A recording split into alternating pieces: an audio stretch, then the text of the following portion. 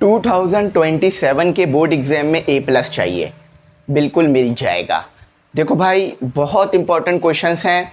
मैं अपने physical coaching में जब भी पढ़ाता हूँ ना, मैं बच्चों को ये बात कहता हूँ कि भाई आपने हर क्वेश्चन करना है पूरी बुक से, मगर इन क्वेश्चन की जो बराबर में चल रहा है 10 बार प्रैक्टिस करनी है, क्योंकि ये question as it is board exam में उठकर आएंगे। फिर बोल रहा हूँ, as it is board exam में उठकर आएंगे। इंशाल्लाह आज की वीडियो में शॉर्ट क्वेश्चन, न्यूमेरिकल और इसके अलावा लॉन्ग क्वेश्चन भी मैं आपको इंशाल्लाह कराऊंगा और कॉन्सेप्ट बेस्ड क्वेश्चन भी बताऊंगा। तो मैं फिर कह रहा हूँ, इन क्वेश्चन की 10 बार प्रैक्टिस करनी है। कितनी बार? 10 बार। एक बार मैं आपको करा रहा हूँ और ऐसा पढ़ाऊंगा इंशाल्लाह कॉन्सेप्ट का फील आएगा। देखो भाई, आप जिस स्टेज पे खड़े हुए हो, first year second year, marks बहुत इंपॉर्टेंट करते हैं।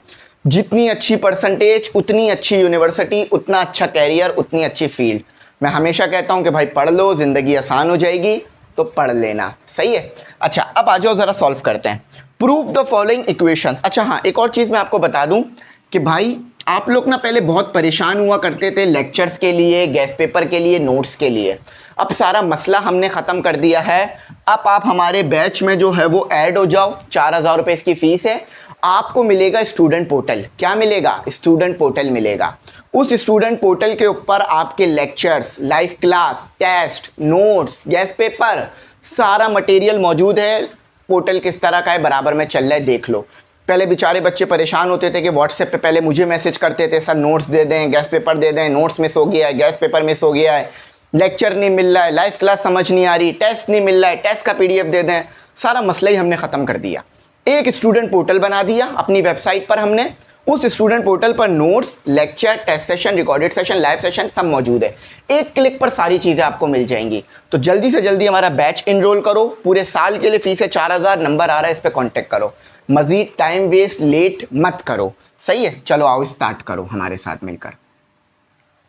जल्दी से इनरोल कर लेना, क्योंकि लिमिटेड क्वांटिटी में हम ऐड करेंगे, क्योंकि बैच 1 2 ऑलरेडी क्लोज हो चुका है। Prove the following equations are dimensionally correct. आपने ये बताना है कि ये जो इक्वेशंस दी हुई हैं, ये जो फॉर्मूला, इक्वेशन मीन फॉर्मूला दिया हुआ है, ये सही है या गलत है। अब आप बोलोगे सर सही है, जब भी तो बुक में लिखे हुए हैं। ऐसी ये बात तो नहीं होती भाई। अगर फिजिक्स की बुक में कोई चीज़ लिखी हुई है तो इसका मतलब ये है कि वो 100% ठीक ही होगी। फॉर एग्जाम्पल, अगर आज से 100 साल पुरानी आप फिजिक्स की बुक उठाकर देखो, तो उसमें जो चीज़ें लिखी हुई हैं वो आज की बुक में तो नहीं लिखी हुई फिजिक्स के। क्यों? क्योंकि भाई जो कुछ फार्मूलाज हैं, कुछ चीज़ें हैं, वो चेंज हुई हैं वक्त के साथ। तो इसी तरह से डायमेंशन निकालना एक ऐसा तरीका है जो कि हमें बताता है कि यार ये जो फार्मूला है ये ठीक है या नहीं। आओ ज़रा मेरी बात समझो। देखो, मैं एक साइंटिस्ट हूँ, इंशाल्लाह आप भी बन सकते हो, परेशान नहीं होना, ठीक है? आप भी साइंटिस्ट बन जाओगे। मैं एक साइंटिस्ट हूँ, मेरा नाम है फैज़। मैंने एक फार्मूला दिया V = ST। आपने मान लिया कि मैंने ठीक फार्मूला दिया है। आपने कहा चलो सर ने फार्मूला दिया है तो ठीक ही होगा। नहीं, इसको बल्कि सही करते हैं। S = VT। मैंने ये फार्मूला दिया। अब देखो, वो वाला फार्मूला सही था या ये वाला सही है, कैसे पता चलेगा? कैसे पता चलेगा? बताओ तो मेरे बच्चों, कैसे पता चलेगा? देखो, कोई आपको जो है वो टाइम दे रहा है या नहीं, कैसे पता चलता है कि वो आपसे बात करता है? तो इस तरह से ये बताओ यहाँ पर कि भाई ये फार्मूला सही है या गलत, कैसे पता चलेगा? मैं डायमेंशन निकालूंगा। अगर इस साइड की डायमेंशन इस साइड के बराबर आ गई, यानी इस साइड पे L आया और इस साइड पे भी L आया, क्योंकि S है ना, S में जो है वो लेंथ होता है, तो लेंथ की डायमेंशन L होती है। तो अगर इस साइड पे भी जो डायमेंशन आई है, इस साइड पे भी जो डायमेंशन आई है और इस साइड पे दोनों बराबर आ गई, मैं बोलूँगा साइंटिस्ट फैज़ ने बिल्कुल सही फार्मूला दिया है। इसी तरह से आप तमाम फार्मूलों की डायमेंशन निकाल सकते हो। अब कैसे निकालोगे, क्या तरीका है, ये बताता हूँ। तो ज़िंदगी भर याद रखना, डायमेंशन क्या बताता है? Dimension check whether the formula is correct or not। अब जरा डायमेंशन देख लो यहाँ पर कुछ चीज़ों की। ये 3 डायमेंशन याद रखना, ज़िंदगी आसान है, ज़िंदगी आसान हो जाएगी। डायमेंशन, ठीक है। डायमेंशन अगर लेंथ है, निकालते कैसे, मैं सारी चीज़ें बताता हूँ, पहले बेसिक समझा दूँ। ये L जो है ना, वो डायमेंशन होती है, हमेशा स्क्वायर ब्रैकेट में लिखोगे। लेंथ की डायमेंशन क्या होगी? ये पहला वर्ड L। अच्छा, मास की डायमेंशन क्या होगी? मास शब्द नहीं है बेटा ये m, ठीक है। टाइम की डायमेंशन क्या होगी मेरे बेटा? कमेंट सेक्शन में बताओ, थोड़ी देर में मैं भी बताऊंगा। आप सोचो, जब लेंथ की डायमेंशन l है, मास की डायमेंशन m है, तो टाइम की डायमेंशन क्या होती है? सही है, चलो मेरे बताओ। अब मेरे बच्चों, डायमेंशन करनी कैसे है जरा देखो। हाउ? सबसे पहले स्टेप याद रखो,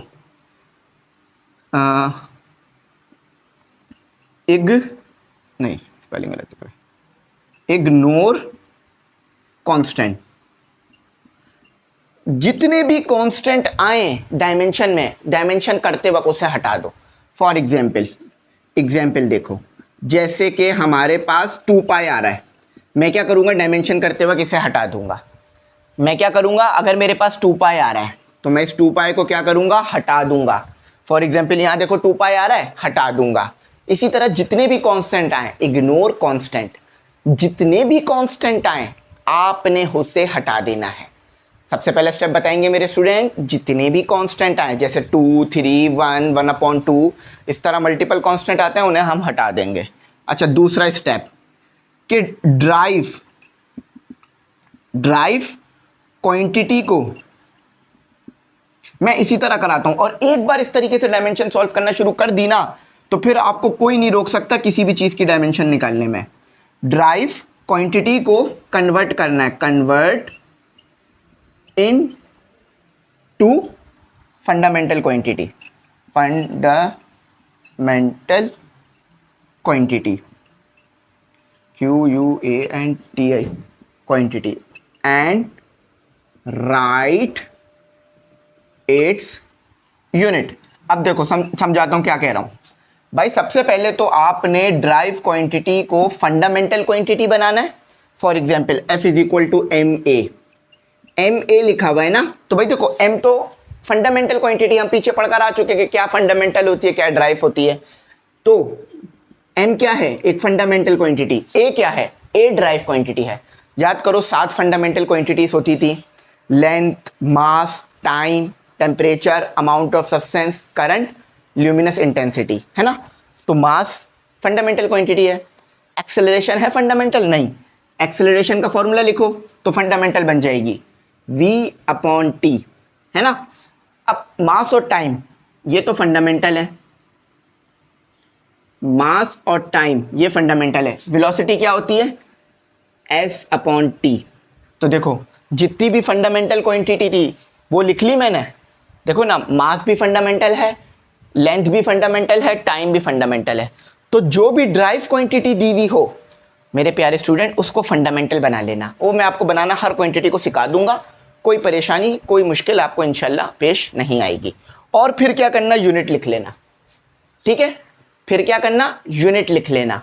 सही है। डायरेक्ट भी यूनिट लिखोगे, एक और बात याद रखना, अगर डायरेक्ट भी यूनिट लिखते हो ना तो भी ड्राइव क्वांटिटी फंडामेंटल बन जाती है। सही है, वो भी मैं करके दिखाऊंगा तो बात समझ आ जाएगी। अच्छा, उसके बाद तीसरा स्टेप जो बहुत इंपॉर्टेंट याद रखना है, addition and subtraction. Can't change unit. Addition और सब्ट्रैक्शन करने से यूनिट चेंज नहीं होता। ये मैं क्यों बता रहा हूं, अभी ये आपको बात समझ आएगी। For example V2 minus V1, तो क्या एक्सेलरेशन आएगा? V2 माइनस V1 क्या लेंथ आती है? नहीं, V2 माइनस V1 वेलोसिटी ही आएगी, चेंज इन वेलोसिटी, है ना। इसी तरह से एंड V2 प्लस V1 तो भी वेलोसिटी ही आएगी।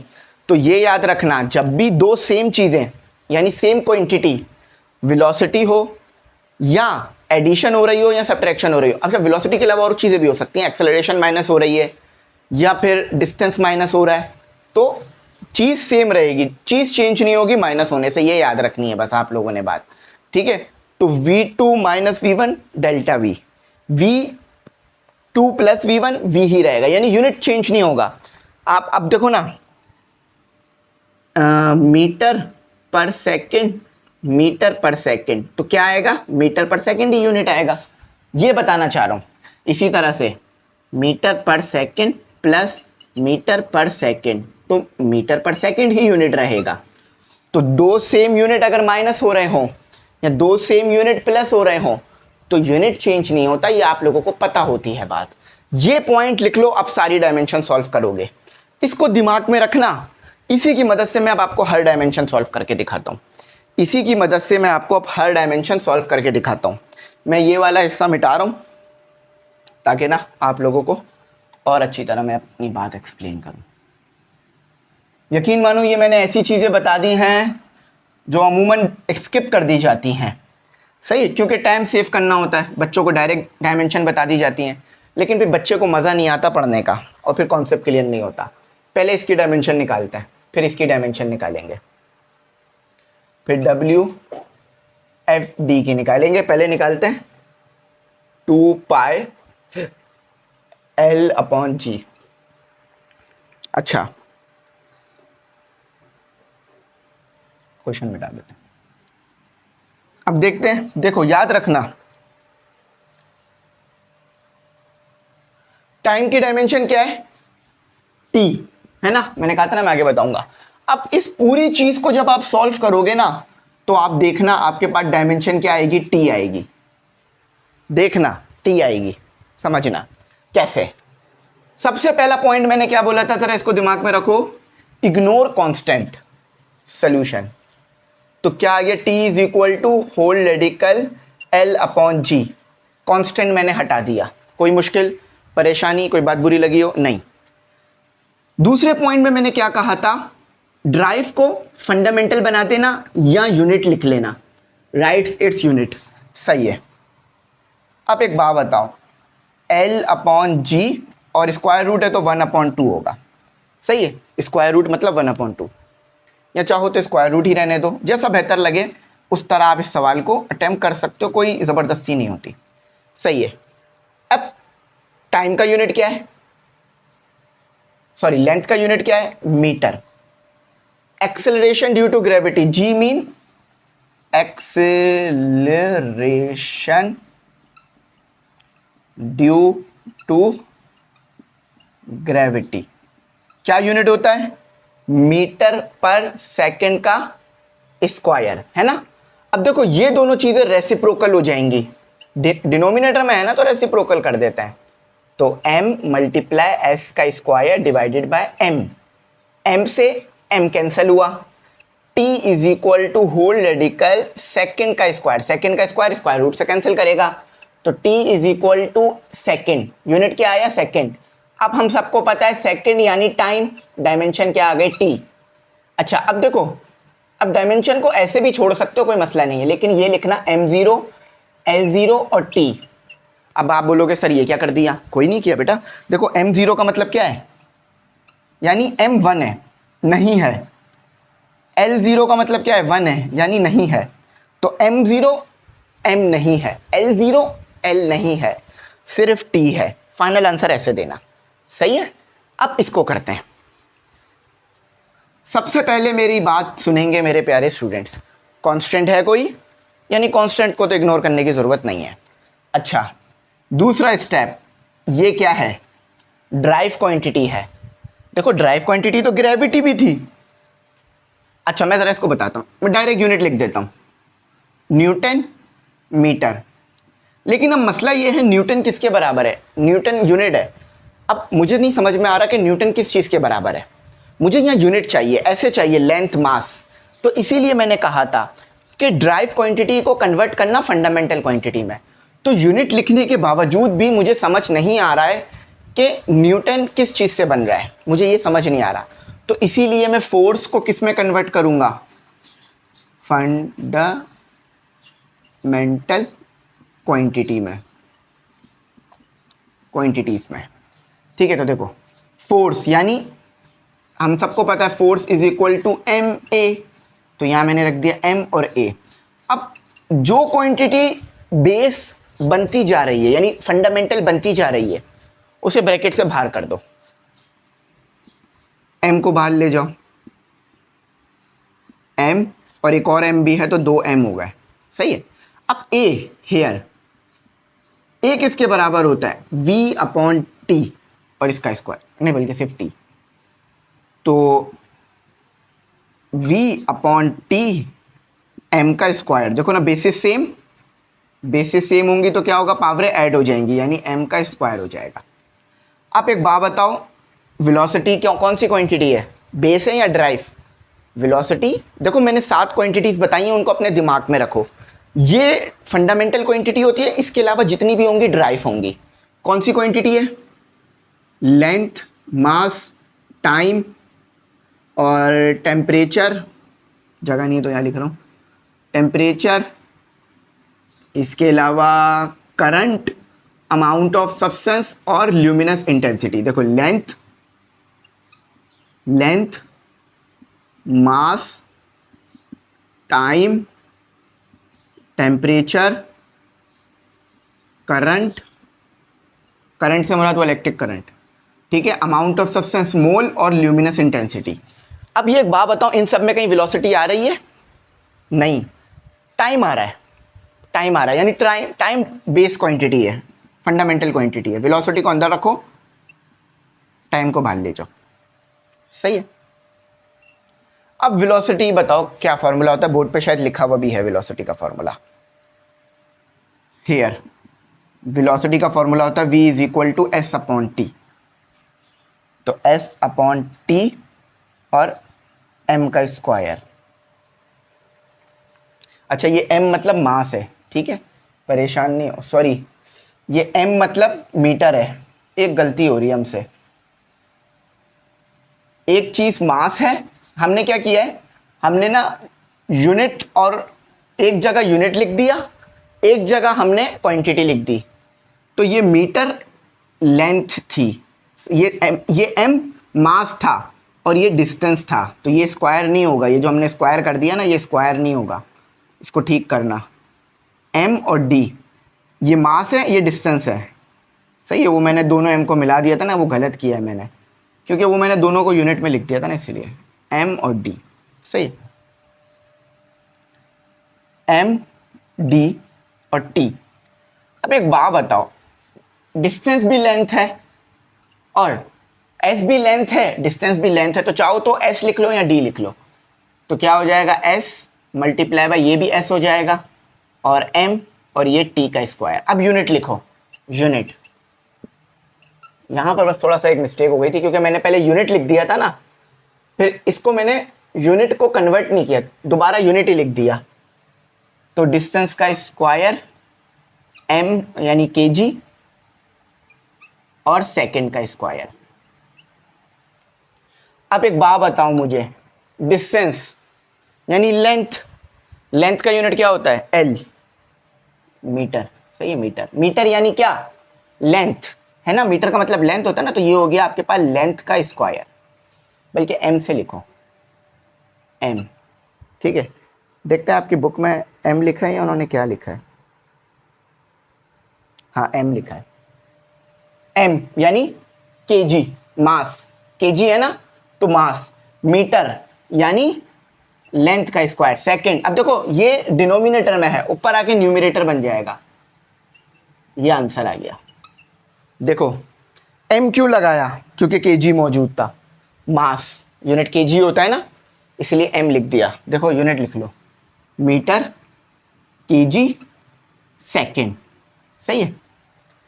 kg था यानी मास, मीटर है यानी लेंथ का स्क्वायर, और मीटर पे स्क्वायर है, सेकंड ऊपर लाओगे, और याद रखना डायमेंशन हमेशा न्यूमरेटर में लिखी जाती है, डिनोमिनेटर में नहीं लिखी जाती, इसीलिए स्क्वायर हो गया, सही है। अच्छा, अब आगे एक दो और छोटी सी डायमेंशंस दी हुई हैं, वो भी निकालते हैं। अब हम डायमेंशन निकालेंगे लेंथ की।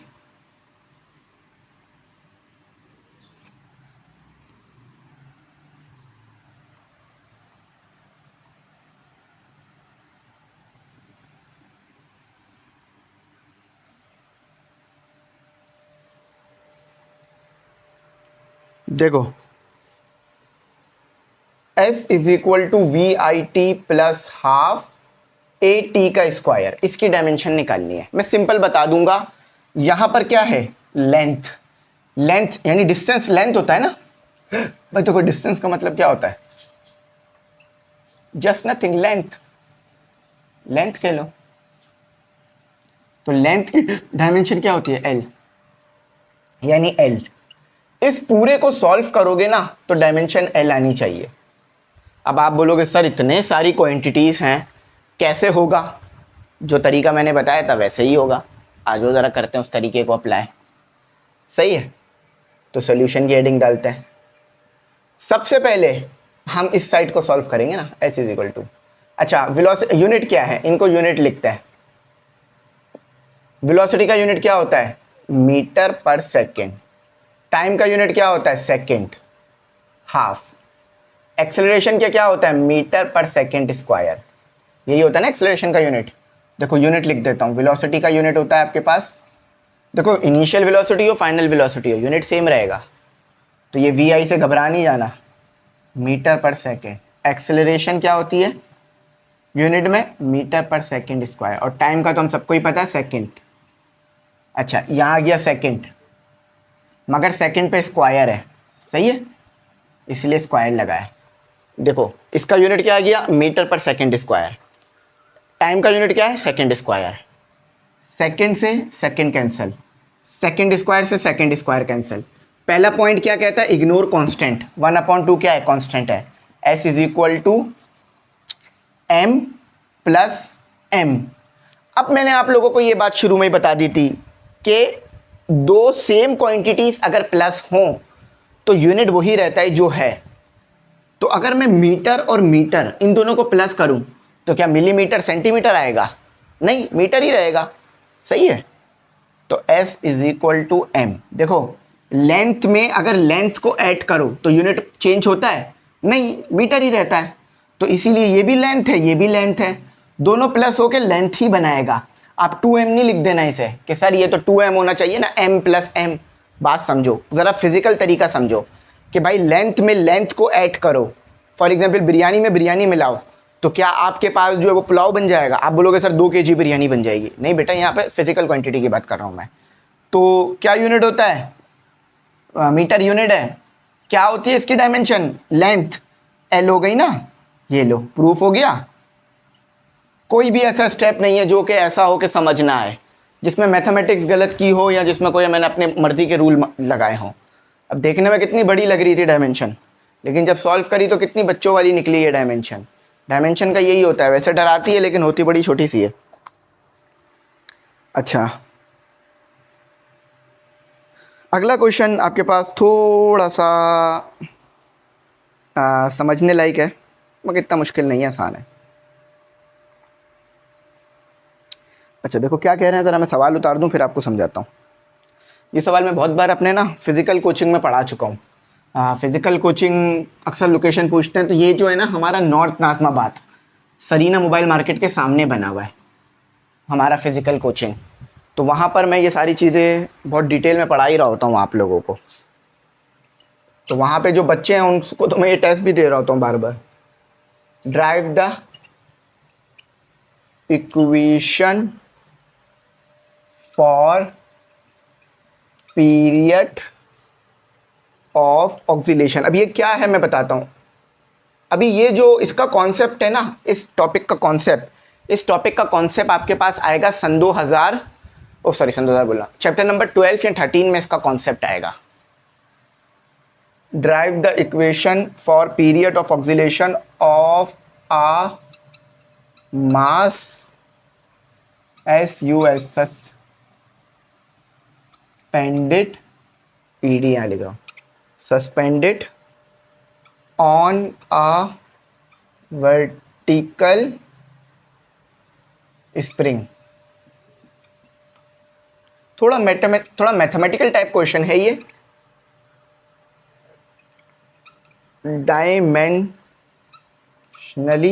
Dimensional analysis. आपको ये वाला फॉर्मूला ड्राइव करना है डायमेंशन की मदद से, M/K। ये वाला फॉर्मूला आपको ड्राइव करना है। वर्डिंग में देखो क्या लिखा हुआ है, पहले वर्डिंग में बता देते हैं। Drive the equation of for period of oscillation. ये पीरियड ऑफ ऑक्सीलेशन के लिए इक्वेशन है, यानी एक साइकिल कंप्लीट होने में कितना टाइम लगेगा, ये उसके लिए इक्वेशन है। आप लोगों ने अगर मुझसे 10 पढ़ी हो तो मैंने इसे बहुत डिटेल में एक्सप्लेन किया था 10 के अंदर। अच्छा, अभी ये आगे फिर आएगा आपके पास ऑक्सीलेशन वाले चैप्टर में। Of mass suspended on vertically spring, समझ लो एक इस तरह का स्प्रिंग है, इस पर मास लटका हुआ है, ठीक है, स्प्रिंग बोला है, ठीक है।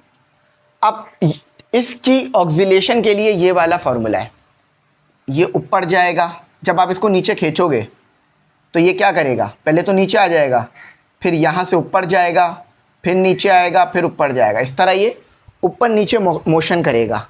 ये जो ऊपर नीचे मोशन कर रहा है इसे ही बोलते हैं ऑक्सीलेशन, इसे ही बोलते हैं ऑक्सीलेशन, सही है। अच्छा, अब देखो हमें क्या कह रहे हैं, ये ड्राइव करना है हमें। इक्वेशन हमें गिवन की जाएगी हेयर, ये गिवन की जाएगी, गिवन, इसके बगैर कैसे निकालोगे, याद रख लेना t is equal to m की पावर x, ये वाला x है, k की पावर y और g की पावर z। अब ये चीज भी गिवन की जाएगी कि m आपके पास, x आपके पास बराबर है, अच्छा साथ ही साथ आपको एक और चीज गिवन की जाएगी कि mx आपके पास जो है वो और साथ ही साथ आपको ये गिवन किया जाएगा कि m आपके पास क्या है, मास, मास की डायमेंशन क्या होती है, m। अच्छा, इसके साथ आपके पास k क्या है, स्प्रिंग कांस्टेंट, क्या है, स्प्रिंग कांस्टेंट। इसकी डायमेंशन क्या होती है, ये अभी आपने निकाली नहीं है तो इसको डायरेक्ट लिख लो, m और t का इनवर्स का स्क्वायर, अंदर लिखो ब्रैकेट में, ठीक है। इसके अलावा आपके पास फॉर्मूले में क्या मौजूद है, y, y जस्ट लेंथ है, y नहीं है बल्कि g है, g है, g आपके पास क्या है, एक्सेलरेशन ड्यू टू ग्रेविटी। इसकी डायमेंशन आपके पास क्या होती है, अभी थोड़ी देर पहले निकाली थी, L और t इनवर्स का स्क्वायर, ये डायमेंशन है, ये k की डायमेंशन है, ये इसकी डायमेंशन है, ये इसकी। अब इधर पुट कर दो। अच्छा, एक कंडीशन और दी हुई है, कंडीशन देखो ये चीज आपको याद होनी चाहिए, ये दोनों चीजें गिवन हो जाएंगी सवाल में कि z इक्वल टू 0 है, y equal to minus x या x equal to minus y है, सही है। अच्छा, अब आ जाओ जरा इसको सॉल्व करने की कोशिश करते हैं, एक मिनट रुको जरा, सही है। अच्छा, याद रखना ये स्क्वायर सिर्फ t पर है, m पर नहीं है। अच्छा, अब इसको सॉल्व करते हैं, ये फॉर्मूला ड्राइव करना है, m x किसके बराबर है, x किसके बराबर है, बल्कि सॉरी पहले डायमेंशन लिखते हैं, m की डायमेंशन क्या है, मास, ये लो m की डायमेंशन आ गई और ये x एज इट इज रहा, सही। अब मैं डायमेंशन लिख रहा हूं, कुछ नहीं कर रहा। k की डायमेंशन क्या है, k की डायमेंशन है आपके पास, देखो k की डायमेंशन ये रही, m t इनवर्स और y। अच्छा, g की पावर क्या है, 0, देखो g की पावर क्या थी, 0, g की पावर थी आपके पास 0,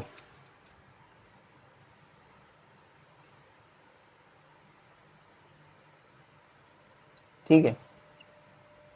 तो अगर किसी भी चीज की पावर 0 हो, याद रखना हेयर, अगर किसी भी चीज की पावर 0 हो तो वो 1 के बराबर होता है, ठीक है। ये हमेशा सिंपल रूल है, इसे आपने हमेशा जो है वो याद रखना होगा, ठीक है। अच्छा, अब ये भी गिवन होगा सवाल में, ठीक है। x आपको कितना दिया हुआ है, x आपको दिया हुआ है 1/2 और y आपको दिया हुआ है -1/2, सही है। अब इधर पुट कर देते हैं, x y और g और z आपको दिया हुआ है 0। देखो ये तो हमने डायमेंशन लिख ली है, ठीक है, ये हमने डायमेंशन लिख ली है। ये हमने क्या किया, डायमेंशन, लेकिन जो फॉर्मूला निकलेगा वो इससे निकलेगा। सही है, इसको अगेन यूज करते हैं। सही है, तो हमारे पास क्या आ गया, वाई एम कितना दिया हुआ है 1/2, सॉरी एम, तो एम है, एक्स कितना दिया हुआ है 1/2, के कितना दिया हुआ है -1/2, और जी जीरो दिया हुआ है, यहाँ भी जीरो था यहाँ भी जीरो है, तो जी कितना है 1 के बराबर आ जाएगा। तो ये आ गया एम 1/2 और के भी आ गया आपके पास 1/2 और जी की जगह 1 आ गया। अब ये के क्या है, न्यूमिनेटर में है, डिनोमिनेटर में ले आऊंगा तो साइन पॉजिटिव हो जाएगा। देखो याद रखना, a माइनस बी किसके बराबर होता है, a/b के। अगर डिनोमिनेटर में अगर कोई चीज़ न्यूमिनेटर में है, ऊपर है, अगर इसे देखो, इसे बोलते हैं न्यूमिनेटर, इसे बोलते हैं डिनोमिनेटर। अगर कोई चीज़ न्यूमिनेटर में है उसे डिनोमिनेटर में लाओगे नीचे तो साइन पॉजिटिव की हो जाएगी। अगर यहाँ स्क्वायर होता तो स्क्वायर हो जाता, यहाँ -2 था यहाँ 2। तो अब देखो यहाँ पर देखो सेम चीज़ हो रही है कि k की पावर -1/2 न्यूमिनेटर में है, नीचे ले जाऊंगा डिनोमिनेटर में आ जाएगा। सही है।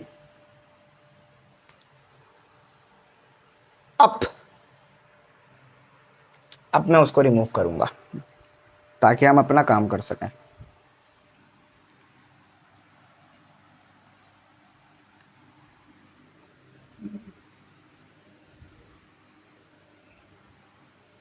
इसको लिख लेना अपने पास अच्छी तरीके से।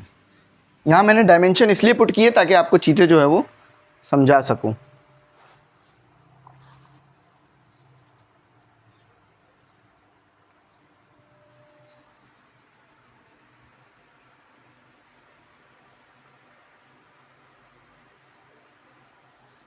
सही है, यहाँ तक उम्मीद है आपको बात जो है वो अच्छी तरीके से समझ आ गई होगी।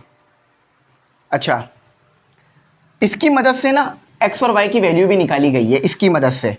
देखो एक और चीज़ भी मैं आपको बता दूं ताकि आपको समझ में आ जाए। ये t क्या है 1 है, m क्या है स्क्वायर है, m क्या है स्क्वायर है, m क्या है स्क्वायर है, तो x भी स्क्वायर में आ गया। नहीं बल्कि एक काम करो, रहने दो, इससे आप समझ नहीं पाओगे। बस समझ लो एक्स वाई जेड की वैल्यू ऐसे गिवन है आपके पास। सही है, वैसे तो ये वैल्यू फाइंड की जाती है अमूमन। सही है, यहां तक समझ में आ गई बात। चलो अब देखो t इज इक्वल टू, दोनों पे 1/2 है, कॉमन निकाल लो, m/k कॉमन निकल गया। सही है। अब देखो डायमेंशन करते वक्त आप क्या करते हो, कांस्टेंट हटाते हो, है ना। डायमेंशन करते वक्त आप क्या करते हो, कांस्टेंट हटाते हो। तो जब डायमेंशन को रिवर्स करोगे, देखो जब आप डायमेंशन कर रहे थे आपको कोई फिजिकल क्वांटिटी दे दी और आप डायमेंशन कर रहे हो तो आप कांस्टेंट को हटा दोगे, कांस्टेंट को इग्नोर कर दोगे। लेकिन जब आप दोबारा फिजिकल क्वांटिटी की तरफ जा रहे हो तो फिर आपको कांस्टेंट तो दोबारा लगाना पड़ेगा ना। फिजिकल क्वांटिटी से डायमेंशन की तरफ गए तो कांस्टेंट हटा दिया, अब डायमेंशन से दोबारा फिजिकल क्वांटिटी की तरफ आ रहे हैं तो अब कांस्टेंट लगाना पड़ेगा, 1/2 हो जाएगा। होल रेडिकल होता है 1/2 m/k, यही ड्राइव करने के लिए कहा था। देखा, देखो ये वाला जो काम किया गया है ना, ये x y और z की वैल्यू निकालने के लिए किया जाता है। सही है, तो आई होप यहां तक आपको ये समझ में आ गया होगा। ये था हमारा क्वेश्चन नंबर 2। अब क्वेश्चन नंबर 3 है, उसमें भी सब में डायमेंशन पता करने के लिए कह रहे हैं। आ जाओ क्वेश्चन नंबर 3 करते हैं। इस चैप्टर से ज़्यादातर जो सवाल आते हैं वो डायमेंशन पता करने वाले आते हैं कि डायमेंशन को आप पता करें।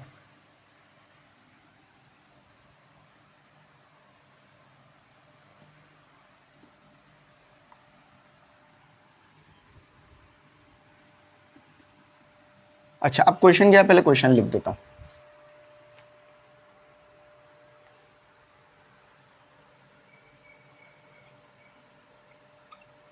Find the dimension of the following work की डायमेंशन पता करनी है। सबसे पहले तो आपको फॉर्मूला पता होना चाहिए। पावर की डायमेंशन पता करनी है, एनर्जी की डायमेंशन पता करनी है, और आखिर में मोमेंटम की डायमेंशन पता करनी है। ये 4 डायमेंशन आपने पता करनी है।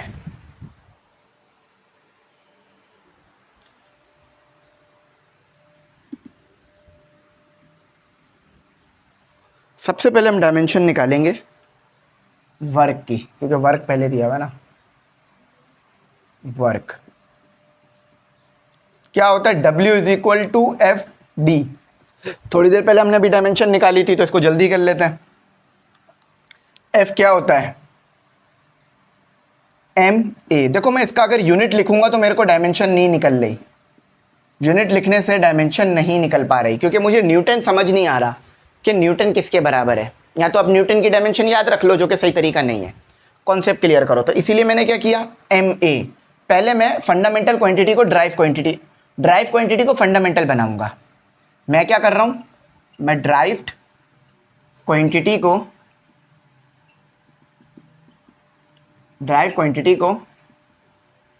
फंडामेंटल बना रहा हूं। सही है। यहां क्या आ गया, डी।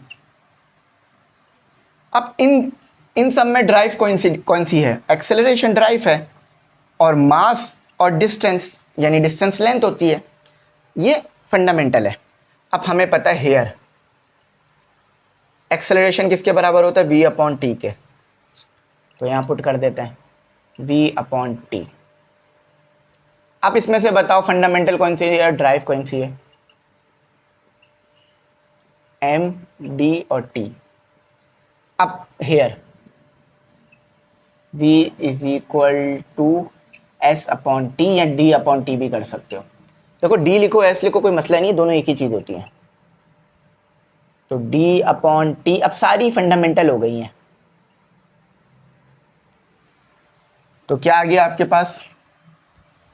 m d का स्क्वायर t का स्क्वायर। m क्या है? kg। यूनिट लिख रहा हूं, अब यूनिट लिख सकता हूं, सही है। मीटर का स्क्वायर और सेकंड का स्क्वायर। केजी मतलब मास, मीटर मतलब लेंथ का स्क्वायर, और टी इनवर्स का स्क्वायर। डिनोमिनेटर था, न्यूमिनेटर बनाऊंगा तो साइन माइनस की हो जाएगी। ये आपके पास डायमेंशन आ गई वर्क की। अगेन वही आई है जो इससे पहले दोबारा निकाली थी। अब डायमेंशन निकालते हैं पावर की। क्या फॉर्मूला होता है पावर का? W upon T. W upon T, सही है। अभी थोड़ी देर पहले आपने वर्क की डायमेंशन निकाली है, कहां पर है? ये रही वर्क की डायमेंशन। अब दोबारा मैं क्यों निकालूं वर्क की डायमेंशन जब मेरे पास है? तो मैंने वर्क की डायमेंशन लिख दी। क्या है? m l का स्क्वायर t इनवर्स का स्क्वायर।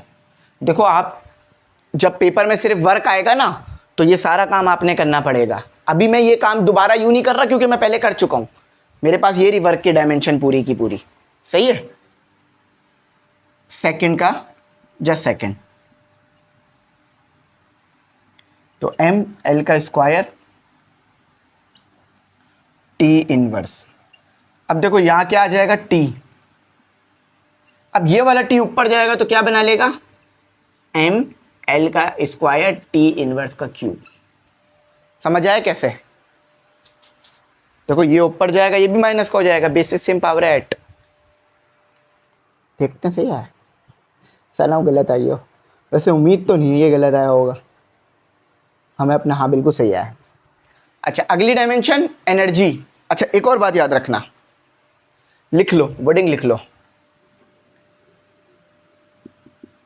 डायमेंशन, ये वर्डिंग लिख के जवाब नहीं दे देना। Dimension of work and energy are same. क्या लिखा है?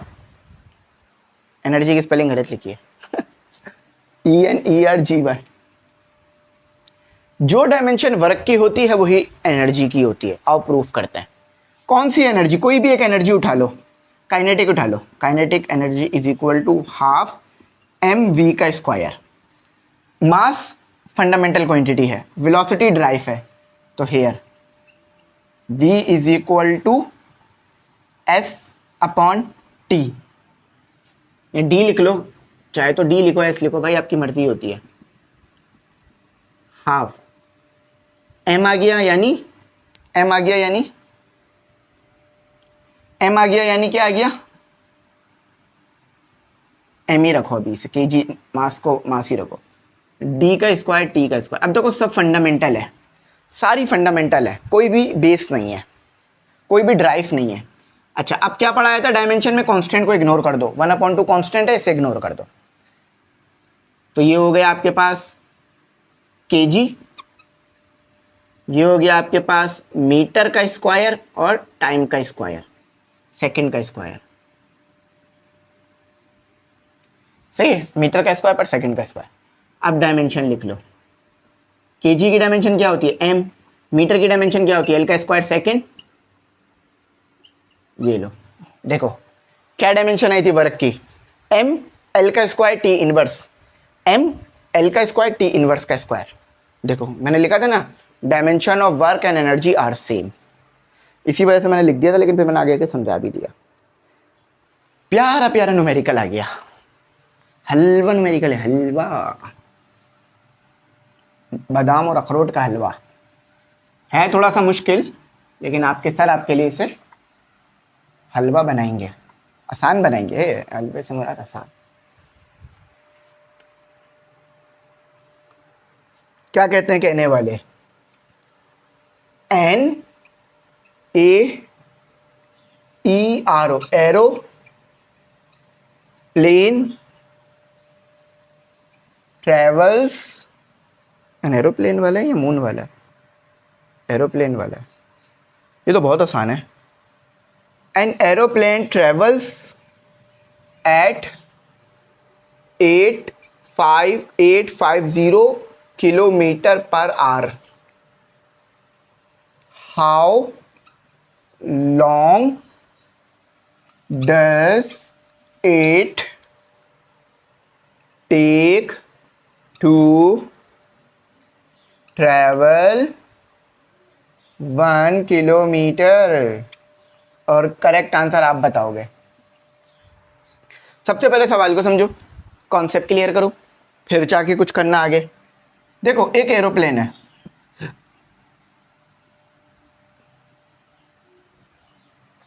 एक एरोप्लेन है, ठीक है, एक एरोप्लेन है, अच्छा सा एरोप्लेन बनाएंगे हम।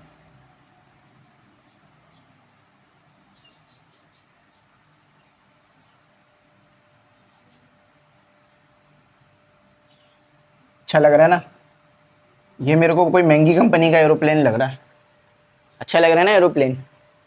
ये एक एरोप्लेन है, स्पीड कितनी है, देखो ये किलोमीटर पर आवर स्पीड है, या वेलोसिटी कह लो, वेलोसिटी कितनी है, velocity v is equal to 850 kilometre per hour, सही है। निकालना क्या है, how long does it take, given data लिखते हैं, टू फाइंड लिखते हैं, गिवन डेटा टू फाइंड, देख लेते हैं जरा बिलड तो नहीं हुआ हुआ, हाँ सही है।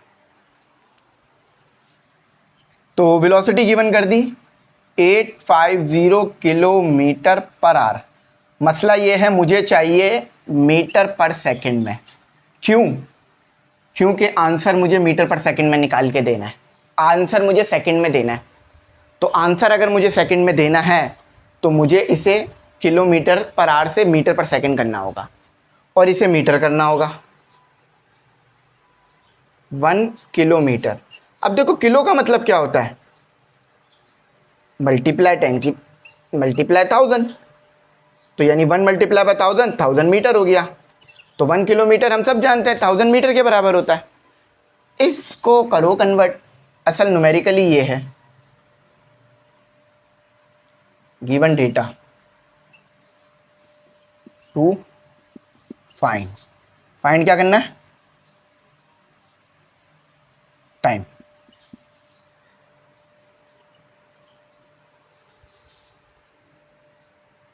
अब बताओ मुझे क्या करना है, अब बताओ मुझे क्या करना है। सबसे पहले इसे मीटर पर सेकंड में लाते हैं, किलोमीटर पर आवर से मीटर पर सेकंड में जा रहे हैं। देखो v इज इक्वल टू 850, अगर 1000 से मल्टीप्लाई कर दोगे, 1000 से मल्टीप्लाई क्यों कर रहा हूं, किलोमीटर लिखा हुआ है ना इसीलिए 1000 लगा दिया। 3600 से डिवाइड कर दो, 2 0 कैंसिल होगा, सही है। तो कैलकुलेटर होगा तो उस पर रख लो 850 मल्टीप्लाई बाय 1000 डिवाइडेड बाय 3600, तो आंसर आ रहा है 236.11 1 मीटर पर सेकेंड। अब चाहिए क्या था, formula v is equal to S upon T, velocity चाहिए ना।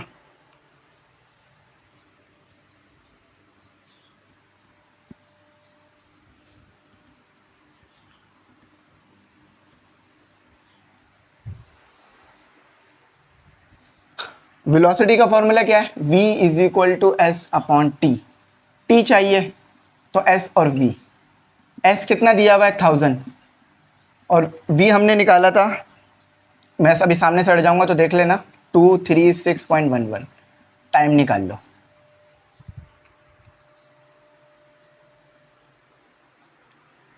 Thousand divided by 236.11, 4.25 second, 4.25 second,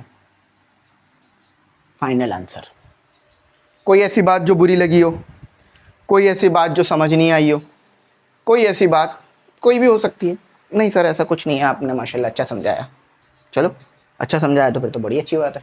वैसे मैं अच्छा ही समझाता हूँ, मेरी पूरी कोशिश होती है कि आपको जितना अच्छा हो सके एक्सप्लेन कर सकूँ, और मैं अपना 100% ही दे रहा होता हूँ अल्हम्दुलिल्लाह। टॉपिक को बहुत डिटेल में लेके जा रहा होता हूँ ताकि आपका फिज़िक्स का जो गेम है वो अच्छा हो जाए।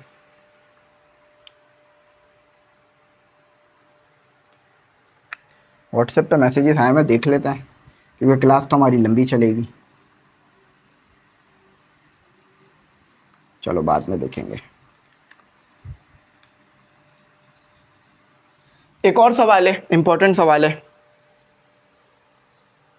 द डायमीटर, अब मैं बताता हूँ डायमीटर क्या होता है, ऑफ द मून, हमारा प्यारा चांद, is 3480 kilometre dot, what is the volume of the moon, how,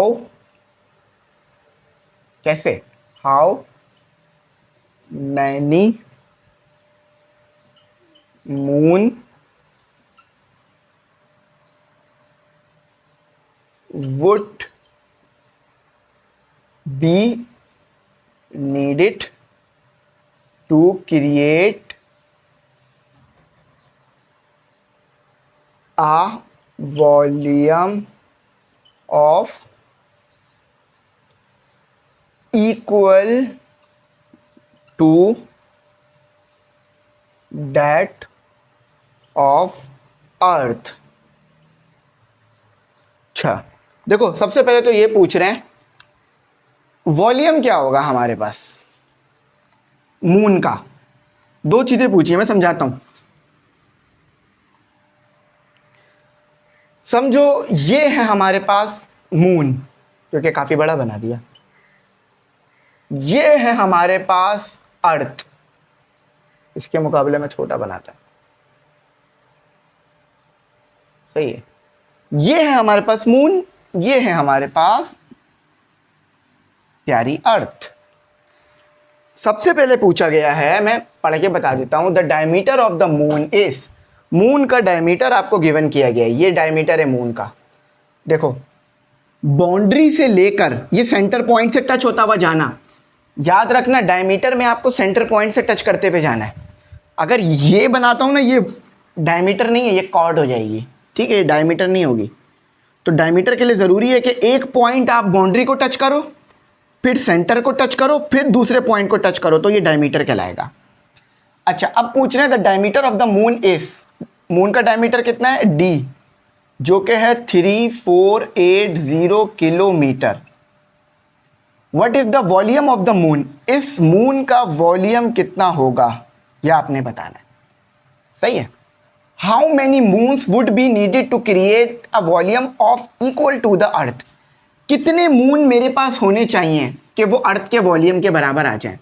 यानी मैं चाह रहा हूं कि कितने नंबर ऑफ मून मैं लेकर आऊं कि अर्थ का वॉल्यूम और मून का वॉल्यूम बराबर आ जाए। देखो ये बात तो समझ में आ रही है कि एक मून का वॉल्यूम अर्थ के वॉल्यूम के बराबर तो नहीं है। देखो ना, अर्थ कितनी बड़ी है तो इसका वॉल्यूम भी ज़्यादा होगा, मून कितना छोटा है तो इसका वॉल्यूम भी कम होगा। तो हमें इस तरह से बहुत सारे मून लाने पड़ेंगे, 10, 20, 30, 40, 50। अब वो कितने चेक करते हैं, पहले हम वॉल्यूम निकाल लेते हैं मून का, ठीक है। अच्छा, गिवन डेटा लिख लेते हैं, जस्ट एक ही चीज़ गिवन की गई है आपको, डायमीटर, गिवन डेटा, उससे काम हो जाएगा। बच्चे अक्सर परेशान हो जाते हैं कि अगर डेटा ज़्यादा नहीं है तो फिर न्यूमेरिकल नहीं हो पाएगा। ऐसा बात नहीं होती बेटा, न्यूमेरिकल करने के लिए ज़्यादा डेटा की ज़रूरत नहीं है, कॉन्सेप्ट की ज़रूरत होती है, वो मैं आपको दे रहा हूँ। कितना है डायमीटर, जिसे हम स्मॉल डी भी कह सकते हैं, 3480 किलोमीटर। डायमीटर का हाफ करोगे तो रेडियस होता है, याद रखना। अभी मैं ये क्यों बोल रहा हूँ, ये आपको बात समझ आएगी।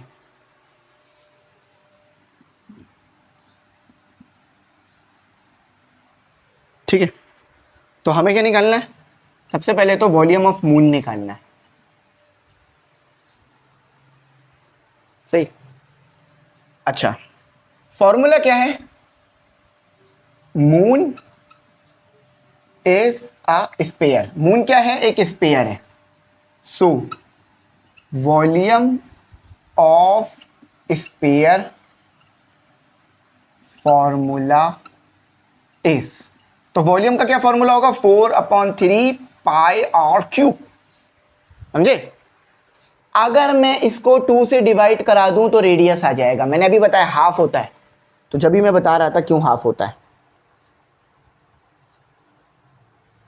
तो 3480 डिवाइडेड बाई 2, तो 1740 मीटर, इसका किलोमीटर। तो 4/3 पाई होता है 3.142, और थोड़ा सा ऊपर करके लिखते हैं, 4/3 पाई होता है 3.142 और 1740, और इसका क्यूब जरूर ले लेना वरना आंसर अक्सर बच्चों का गलत आ रहा होता है।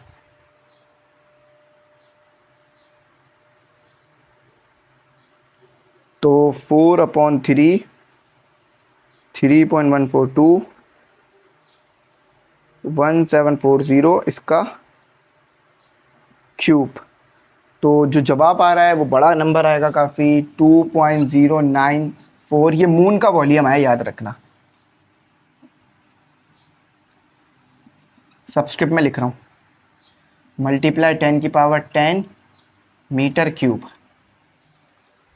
This is the volume for moon. देखो किसी स्टूडेंट की कॉल आ रही है, अब ड्यूरिंग द क्लास बेटा मैं कॉल तो नहीं रिसीव कर सकता, इसके लिए माजरत है।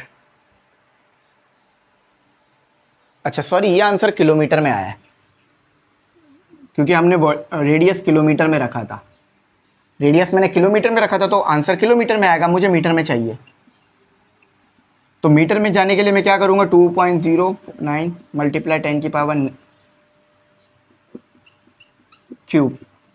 अब समझ में आया मैंने क्यूब क्यों लगाया, देखो समझो, देखो ये किलोमीटर क्यूब है, तो अगर मैं 1000 ले रहा हूँ तो मुझे क्यूब भी लेना पड़ेगा क्योंकि क्यूब मौजूद है। तो जो भी आंसर आया है उसके साथ आपको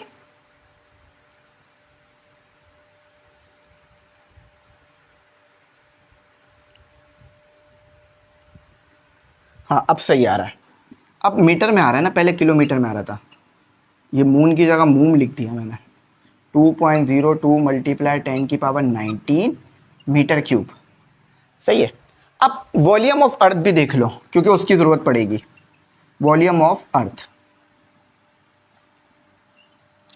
तो वॉल्यूम ऑफ अर्थ याद रख लेना, ये पेपर में गिवन भी होगा, जो कोई होता है 1.08 मल्टीप्लाई 10⁻21 मीटर क्यूब।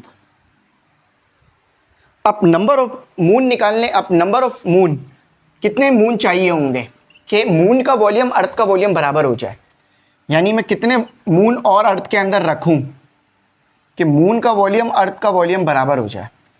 तो आपने क्या करना है, यहाँ लिखना है volume of earth divided by volume of moon. क्या था वॉल्यूम ऑफ अर्थ, ये रहा 1.08 multiply 10⁻21। Volume of moon, this is our volume of moon, 2.09 multiply 10⁻−19। तो यहाँ लिख लेते हैं नंबर ऑफ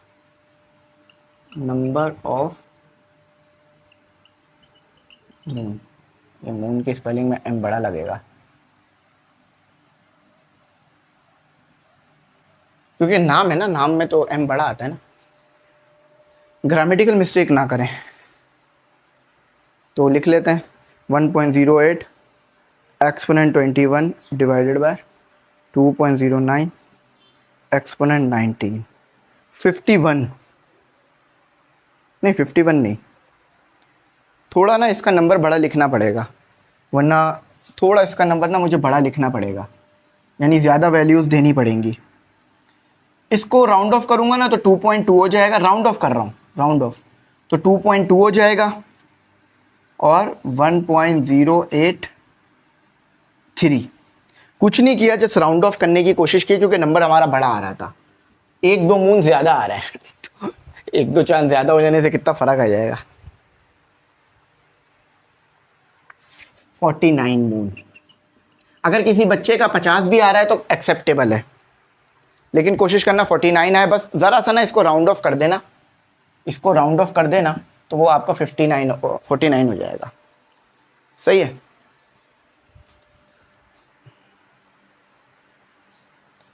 अच्छा, आई होप यहाँ तक समझ में आ गया होगा। अब लॉन्ग क्वेश्चन करते हैं।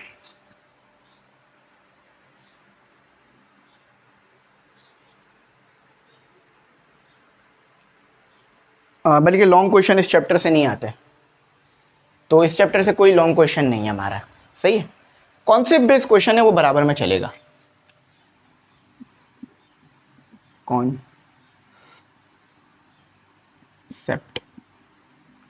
वो मैं नहीं करा रहा, वो आप खुद करोगे बेस क्वेश्चन, क्योंकि देखो वो आसान, आपको समझ भी तो आना चाहिए ना कि क्या पढ़ा इतना टाइम तक। सही है, तो क्वेश्चन बता देता हूँ क्या है। A student use a metre ruler to measure the length of a table, यानी एक स्टूडेंट है जिसने स्केल को यूज़ किया टेबल की लेंथ को मेजर करने के लिए। अब इसको पढ़ना, बात समझ आ जाएगी। तो यहीं तक रखता हूँ, थोड़ी वीडियो लेंदी ही बनेगी, एक एक दो घंटे की बनेगी। उसकी वजह यह है कि इसमें न्यूमेरिकल्स भी हैं, शॉर्ट भी है, लॉन्ग भी है, लेकिन मुझे उम्मीद है इंशाल्लाह आपको बात अच्छी समझ में आएगी। कोई बात ना समझ में आई हो तो पूछ लेना, मैं गाइड करूँगा। यहीं तक रखता हूँ। Thanks for watching. अल्लाह हाफिज़। कीमती दुआ में ज़रूर याद रखें।